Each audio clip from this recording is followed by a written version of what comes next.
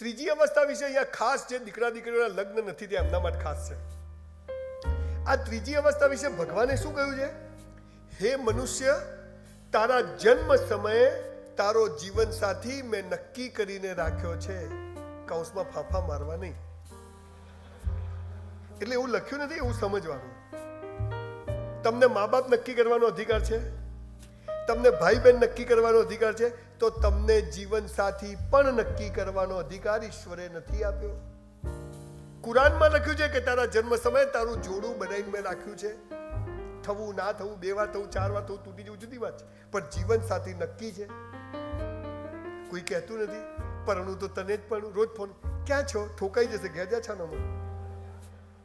8મા 9માં છોકરા છોકરીઓ આઈ love you, એને ખબર જ નથી કે આઈ લવ યુ, આ આઈ લવ યુ શબ્દ મા બાપને કહેવાનો છે, અને મા બાપે દીકરા દીકરીઓને કહેવાનો શબ્દ છે. ઘરમાં નહીં વપરાતો એટલે બહાર વપરાય. તમારો જીવન સાથી નક્કી છે, કોઈ કહેતું જ નથી. અને બધા 8મા 9મા 10માંથી છોકરીઓ છોકરાઓ શોધે છે, છોકરાઓ છોકરીઓ શોધે છે, પ્રેમ કરે છે, કેરિયર બીરી જાય, તેલ લેવાય, અને પછી કેરેક્ટર બી બધું બગડે, ન કેરિયર રહે ન કેરેક્ટર રહે, અને પછી હું શું કરું, લટકી જતું. આ જ થાય. મને એ ખબર છે કે મારો જીવન સાથી નક્કી છે. બોલો, હું કોલેજમાં 1 મિનિટ બગાડું? હું મારી બોડી બનાવીશ, કેરિયર બનાવીશ, મારા મા બાપની સેવા કરીશ, અને કોઈ ગમે તો કહીશ કે મને આ ગમે છે. એ ના પાડશે નહીં કરું. અમારી કોલેજમાં એક છોકરી જોડે મારા સૌથી વધારે બબાલો થાય, ઝઘડા થાય, અતિ સરસ. મને દેખે ને આમ એક વાર મેં પકડે, બોલ તું હસતી નથી, તું તો જેની જોડે લગ્ન કરશે એનું જીવન ધન્ય થઈ જશે, તારી ચિંતા કર, મારી ના કર. તું જા તેલ લેવા. મારી સગાઈ થઈ મહિના પછી. મારા બાપા કહેતા સગાઈ કરી નાખી. મેં તો સલમાન ખાન કી સગાઈ બતાયા બી નહીં. તો હું તો સવારે છોકરી જોવા વહેલો ગયો મારા ભાભીને લઈને, અને અહીંયા તો સારું ધક ધક ધક ધક થાય. અને હું જ્યાં રૂમમાં બેઠો ત્યાં સામેથી બહારનું ખુલ્યું, આમ ટાડાડર કરતું. પેલી જ પાણી લઈને આવી, પેલી હસતી નથી ને એ જ આ બેઠી.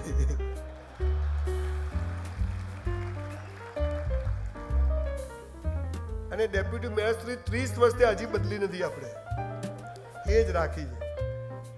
સાહેબ ડીસાના પાલનપુર, એટલે અમે સીધા પાડોશી છીએ. મારો જીવન સાથી નક્કી છે.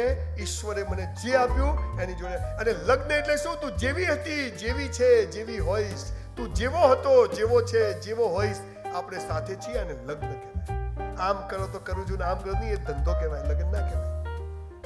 આ સમજ નથી. અને છોકરા છોકરીઓ પિક્ચરો જોઈને પ્રેમ કરે. છોકરો જતો હોય પિક્ચરમાં કરે, છોકરી જતી હોય ઘંટડીઓ વાગવા મળે. ઇન્ટરવેલ સુધી તો ગળા ડૂબ પ્રેમ થઈ જાય. છોકરીને બાઇક પર લઈને નીકળે, સાલા કેવા રસ્તા આવે, નદીઓ પર્વતો ખબર પિક્ચરમાં. અને આપણે તો સુરતની ભેંસો ધડાઈએ ગલી. છોકરી પડી જાય, ધ્યાન ના રાખો તો. પાછા ગીતો ગાય, બગીચામાં જાય, ગીતો ગાવાનું ચાલુ. પર્વતો સે આજ મેં ટકરા ગયા, એટલે ભાઈ જોઈને હેડીએ. અને પેલા જૂના જમાનાના ઘણા અંકલ બેઠા છે, તો પેલું ગીત ગાતા ખબર છે? સુહાની ચાંદની રાતે હમે સોને નહીં દેતી. ખાટલા માકડ પડ્યા હશે, કાકા તપાસ કરો. તુમ નહીં તો ઢેકડા હોતા, પૂછડા હોતા. શું થાય છે? ઇન્ટરવેલ સુધીમાં તો છોકરા છોકરીને પ્રેમ થાય. ઇન્ટરવેલ પછી છોકરીને પપ્પા છોકરી લઈને અમેરિકા, પાલમાં રહેવું જ નથી. છોકરો અમેરિકા, ત્યાં પાછો પ્રેમ થાય. છોકરી પાછો મળે ત્યાં પ્રેમ થાય. એવામાં છોકરીના બાપને ખબર પડે કે આ તો અમેરિકા બી આવી ગયો. છોકરાને ઉઠાવે, લઈ જાય જંગલમાં, એવો મારે જમાઈને. છોકરીના બાપ એટલે ગુંડા તો રાખતા જ હોય ને, એ બી સાઉથના જ હોય. પહેલા તો પગ ઉપર પાઇપો માર્યો, અહીંયા જ આમ. ઓ માં, બધા જ ખબર છે પેલો ગુંડો આવીને પાઇપો મારે, આમ હીરો આમ પછડાય. આપણે ઘણા તો પોપકોર્ન આમ જ રહી જાય. અને એવા છોકરી ઘરેથી દોડે કે મારા પપ્પા વીરુને મારે છે. પ્રેમી નામ હોય વીરુ.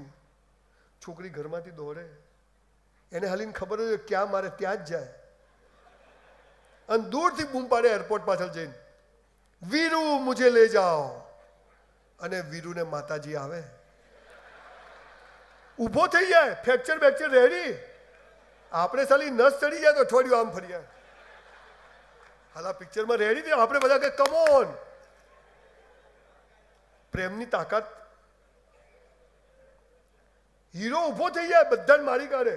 કઈ દવા અંદર પાટિયા મારીને ફ્રેક્ચર થઈ જાય, બધું રેડી. અને છેલ્લે બધા મરી જાય, છોકરો ને છોકરી આમ ભેગા થાય, ધ એન્ડ. એટલે આપણે પાછા અલા ભાઈ આ આમ તો થઈ ગયા, પછી શું? ઘરમાં ગેસના બાટલા લાવવા પડે, સીધું સામાન લાવવું પડે, ઘરના હપ્તા ભરવા પડે. સાલા આ તો બતાવતા જ નથી.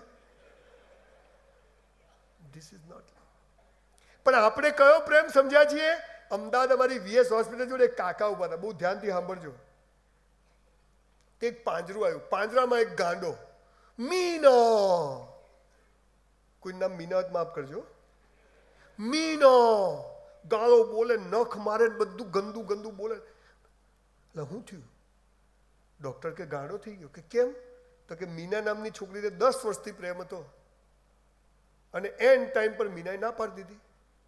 તો કે ગાંડો થઈ ગયો. હા કે મીના મીના કરે કે પ્રેમમાં આવું થાય કે આવું થાય. કાકા કે જબરું થયું કે હવે કે અંદર જઈને ઇન્જેક્શન મરાવશું તો ચૂપ થશે. કાકા કે ભાઈ ભગવાન ભલું કરે. પાંજરું અંદર ગયું. થોડી વાર પછી બીજું પાંજરું આવ્યું, એમાં બી એક ગાંડો મીનો. એ નખ મારે, ગાળો બોલે, રાડો પડે, મીનો. કાકા કે આને શું થયું? ડોક્ટર કે આને મીના જો લગ્ન કર્યા. ગાંડા થવાની છે. સમજ ના પડે તો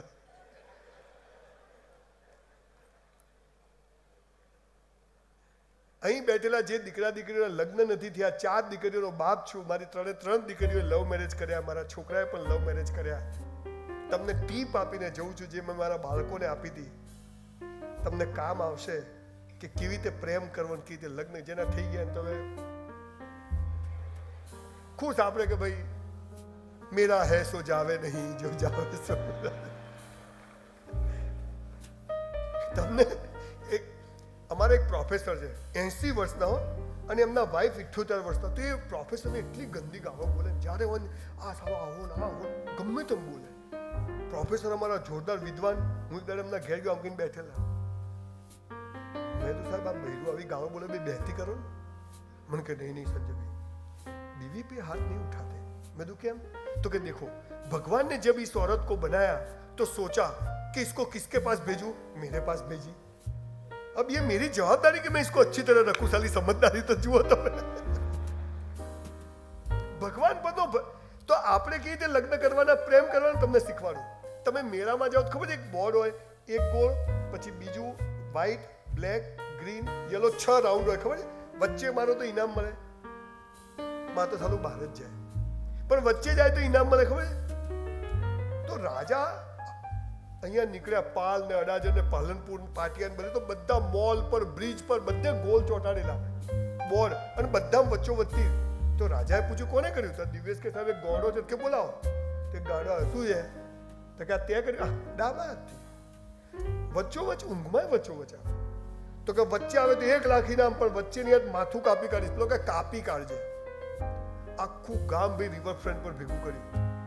બધા આમ કરીને જોવે, આમ ધારીને જોવે. બોર્ડ મૂક્યું. પેલા ગાડાએ શું કર્યું ખબર છે? પહેલા માર્યું તીર, પછી દોર્યું ગોળ. એટલે તો વચ્ચે જ આવે ને. દીકરા દીકરીઓ પહેલા લગ્ન કરી લેજો, પછી પ્રેમ કરજો. આ પહેલા પ્રેમ કરીને લગ્ન કરો ને ઠેકાણું નહીં પડે. Moral of the story.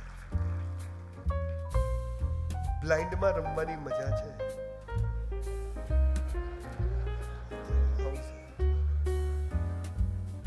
બે હાથ જોડીને કહું છું દીકરા દીકરીઓ, જેના લગ્ન બાકી હોય, કોઈ છોકરા છોકરીઓને મેસેજ કરશો નહીં. તમારા બધા મેસેજ છોકરા છોકરીઓ સેવ કરીને રાખે છે. એ એના સ્ક્રીનશોટ પાડીને રાખશે, ક્લાઉડ પર સેવ કરીને રાખશે. દીકરીઓ, તમારા ફોટા કોઈની જોડે શેર કરશો નહીં. કોઈ પણ અજાણ્યા છોકરાઓ સોશિયલ મીડિયા પર મેસેજ કરે તો એને બ્લોક કરી નાખજો. ભૂલથી રિસ્પોન્ડ કરતા નહીં. અત્યારે બહુ મોટી ગેમ ચાલી રહી છે. અને જ્યારે તમારા લગ્ન થશે ને, ત્યારે બધી જ ચીજો તમને નડશે ને ત્યારે તમારી